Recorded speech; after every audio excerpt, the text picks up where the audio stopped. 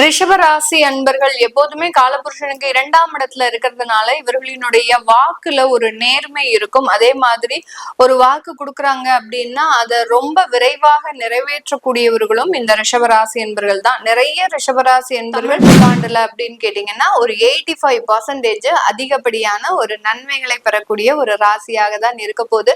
எந்தெந்த மாதிரியான இடத்துல எல்லாம் ஒரு நன்மைகள் கிடைக்க போகுது அப்படின்னு தேவையில்லாத ஒரு கெட்ட பெயர்கள் இதெல்லாமே ஒரு பிளாக் மார்க் இவர்களை அதிகாரிகளாக போட்டோம் நம்ம.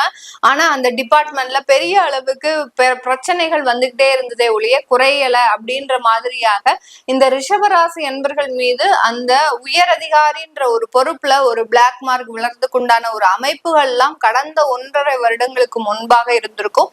அது எல்லாமே இந்த வருடத்துல அதற்குண்டான ஒரு தவறுகளை உணர்ந்து நீங்க உங்களோட குடும்பத்தோடு சேர்ந்து வாழ்வதற்குண்டான ஒரு அமைப்பும் இந்த பராபவ வருடம் இந்த ரிஷபராசி என்பவர்களுக்கு கொடுக்க போது தொழில் ரீதியான சில வளர்ச்சிகள், தொழில் ரீதியான வாய்ப்புகள். அடுத்து பாத்தீங்கன்னா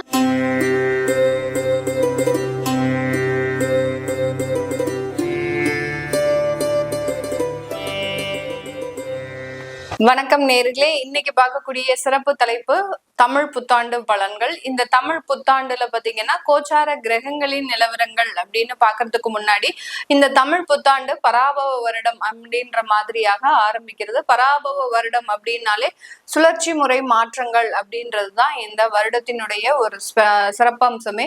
இந்த வருடத்துல இருக்கக்கூடிய கோச்சார கிரகங்கள்ல குரு பகவான் 3 முறை பயிற்சி ஆகிறார். இந்த 3 முறை பயிற்சி அப்படின்றது பாத்தீங்கன்னா மிதுன ராசியிலிருந்து கடக ராசிக்கு உச்சம் பெற்று ஜூன் மாதம் பயிற்சி ஆகிறார். மீண்டும் மறுபடியும் அந்த உச்சம் பெறக்கூடிய அந்த குரு பகவான் 11வது மாதம் அதாவது நவம்பர் மாதம் கடக ராசியிலிருந்து சிம்ம ராசிக்கு அதிசாரம் பெற்று பயிற்சி ஆகிறார்.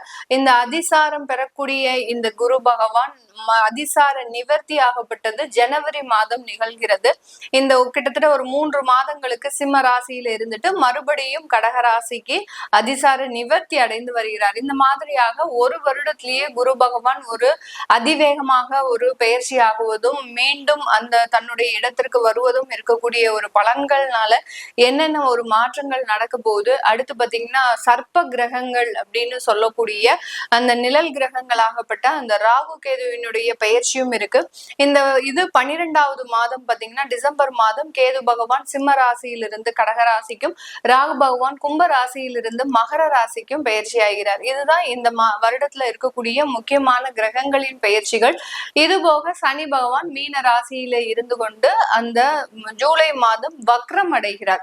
தன்னுடைய இயல்பு தன்மையிலிருந்து வக்ரத்தன்மை பெற்று மீண்டும் மறுபடியும் நவம்பர் மாதம் வக்ர நிவர்த்தி அடைகிறார்.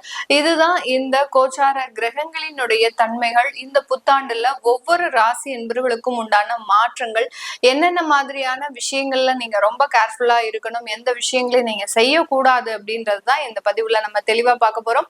இந்த சேனல்ல முதன்முறையா பாக்குறீங்க அப்படின்னா சப்ஸ்கிரைப் பண்ணிக்கோங்க, பெல் பட்டன்ல ஆல் ஆப்ஷன் சூஸ் பண்ணிக்கோங்க. ரிஷப ராசி அன்பர்கள் எப்போதுமே காலபுருஷனுக்கு 2ஆம் இடத்துல இருக்கிறதுனால இவர்களினுடைய வாக்குல ஒரு நேர்மை இருக்கும். அதே மாதிரி ஒரு வாக்கு கொடுக்குறாங்க அப்படின்னா அதை ரொம்ப விரைவாக நிறைவேற்றக்கூடியவர்களும் இந்த ரிஷபராசி என்பர்கள் தான். நிறைய ரிஷபராசி என்பர்கள் பேச்சினால வருமானத்தை அடையக்கூடியவர்கள் அப்படின்னு சொல்லலாம். இவர்களினுடைய கவர்ச்சியான பேச்சு, அடுத்து பாத்தீங்கன்னா இவர்களினுடைய நடை உடை பாவனைகள்ல பாத்தீங்கன்னா அதிகப்படியான ஒரு வசீகரம் அப்படின்ற மாதிரியான சில விஷயங்கள்லாம் இருக்கும்.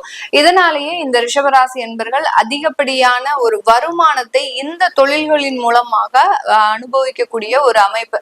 நிறைய பேர் ஃபேஷன் டிசைனிங்ல இருக்கக்கூடியவர்கள், பெண்கள் டிசைனர்லாவும் இருக்கிறதுக்கும் ஆண்கள் பாத்தீங்கன்னா அதை வடிவமைக்கக்கூடிய ஒரு பொறுப்புல இருக்கக்கூடிய ஒரு நண்பர்களாகவும் தான் இருப்பாங்க இந்த ரிஷபராசி என்பர்கள்.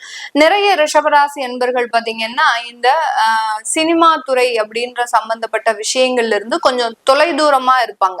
இவர்களுக்கு அதுல எல்லாம் பேக் எண்ட்ல இருந்து வேலை செய்யறதுக்கு ரொம்ப பிடிக்கும். அந்த ஸ்கிரீனுக்கு முன்னாடி போய் வேலை செய்யறது அப்படின்றது இவர்களுக்கு அதிகப்படியாக விருப்பப்பட மாட்டாங்க. நிறைய ஒரு நாலேஜ் வச்சிருப்பாங்க. அதாவது ஒரு கதை, திரைக்கதை, அந்த மாதிரியான கவிதை எழுதுறது, இந்த மாதிரியான விஷயங்கள்ல எல்லாம் ரொம்ப நாட்டம் உடையவர்கள் நம்ம ரிஷபராசி என்பர்கள். இவர்களுக்கு தமிழ் புத்தாண்டாகப்பட்டது இந்த பராபவ வருடம் அதிகப்படியான ஒரு நன்மைகளை கொடுக்கக்கூடிய ஒரு வருடமாக தான் இருக்கும். இந்த இடத்துல இந்த ரிஷபராசி என்பர்களுக்கு நம்ம ஒரு ஸ்கோர் கொடுக்கணும் இந்த தமிழ் புத்தாண்டுல அப்படின்னு கேட்டீங்கன்னா ஒரு 85% அதிகப்படியான ஒரு நன்மைகளை பெறக்கூடிய ஒரு ராசியாக தான் இருக்க போகுது. எந்தெந்த மாதிரியான இடத்துல எல்லாம் ஒரு நன்மைகள் கிடைக்க போகுது அப்படின்னு கேட்டீங்கன்னா, உங்களுடைய அஷ்டமாதிபதி அப்படின்னு சொல்லக்கூடிய அந்த குரு பகவான் இது நாள் வரைக்கும் 2ஆம் இடத்துல இருந்தார். அவர் இந்த வருடத்துல விலக போறார். அதனால உங்களுக்கு முழுமையான அந்த குடும்பத்துல இருக்கக்கூடிய ஒரு நபர்கள்னால இருக்கக்கூடிய தொந்தரவுகள் முழுமையாக விலக போகுது. குடும்பத்துல இருக்கக்கூடியவர்களே உங்களுக்கு நம்பிக்கை துரோகம் இழத்திருக்கலாம், இல்ல பாத்தீங்கன்னா அவர்களால நீங்க கடன் பட்டிருக்கலாம், அந்த கடன்களை அடைக்க முடியாமல் உங்களுடைய வருமானம் பத்தாமல் இந்த மாதிரியாக சில விஷயங்கள்ல கடன் மேல் கடன் வாங்கக்கூடிய ஒரு சூழ்நிலைகள்லாம் இந்த குடும்பத்தார்கள் மூலமாக இந்த ரிஷபராசி என்பவர்களுக்கு வந்திருக்கும். இது எல்லாமே இந்த வருடத்துல முழுமையாக நிவர்த்தி அடையக்கூடிய ஒரு நேரம். அடுத்து இந்த ரிஷபராசி என்பவர்களுக்கு உடன் பிறந்தவர்கள் மூலமாக இந்த வருடத்துல ஒரு சப்போர்ட் அப்படின்றது கண்டிப்பாக கிடைக்க போகுது. அதுவும் பாத்தீங்கன்னா இளைய சகோதர சகோதரிகள் மூலமாக இந்த ரிஷபராசி என்பவர்களுக்கு அதிகப்படியான நன்மைகள் அப்படின்றது கண்டிப்பாக இருக்கும். இப்ப பள்ளி பருவத்துல இருக்கிறீங்க, ஒரு கல்லூரி பருவத்துல இருக்கிறீங்க அப்படின்னா நீங்க உங்களுடைய இளைய சகோதர சகோதரிகள் கிட்ட கொஞ்சம் ஒரு ஏதோ ஒண்ணு சில விஷயங்களை நீங்க கேட்டுக்கிறது நல்லது.